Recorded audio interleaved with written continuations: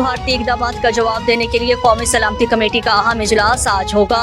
मकबूजा जम्मू कश्मीर के इलाके पहलगाम में होने वाले हमले और 27 सियाहों की हिलाकत पर भारत की जानिब से उठाए गए इक़दामात पर वज़ीर आज़म शहबाज शरीफ ने कौमी सलामती कमेटी का अहम इजलास आज तलब कर लिया। वज़ीर आज़म शहबाज शरीफ की ज़ेर सदारत होने वाले कौमी सलामती कमेटी के इजलास में आला सिविल और अस्करी क़यादत शिरकत करेगी। ज़राए का कहना है कि इजलास में पहलगाम फॉल्स फ्लैग की बात की मुल्क की दाखिली और खारजी सूरत-ए-हाल पर गौर किया जाएगा। कौमी सलामती कमेटी उजलत में उठाए गए भारतीय नाकाबिले अमल आबी इक़दामात का जवाब देने का भी जायजा लेगी। याद रहे कि गुज़श्ता रोज़ भारत ने मकबूजा जम्मू कश्मीर के इलाके पहलगाम में होने वाले हमले को बहाना बनाकर पाकिस्तान से सिंध तास मुआहिदा मुअत्तल करने और अटारी चेक पोस्ट पर बंद करने का ऐलान किया है।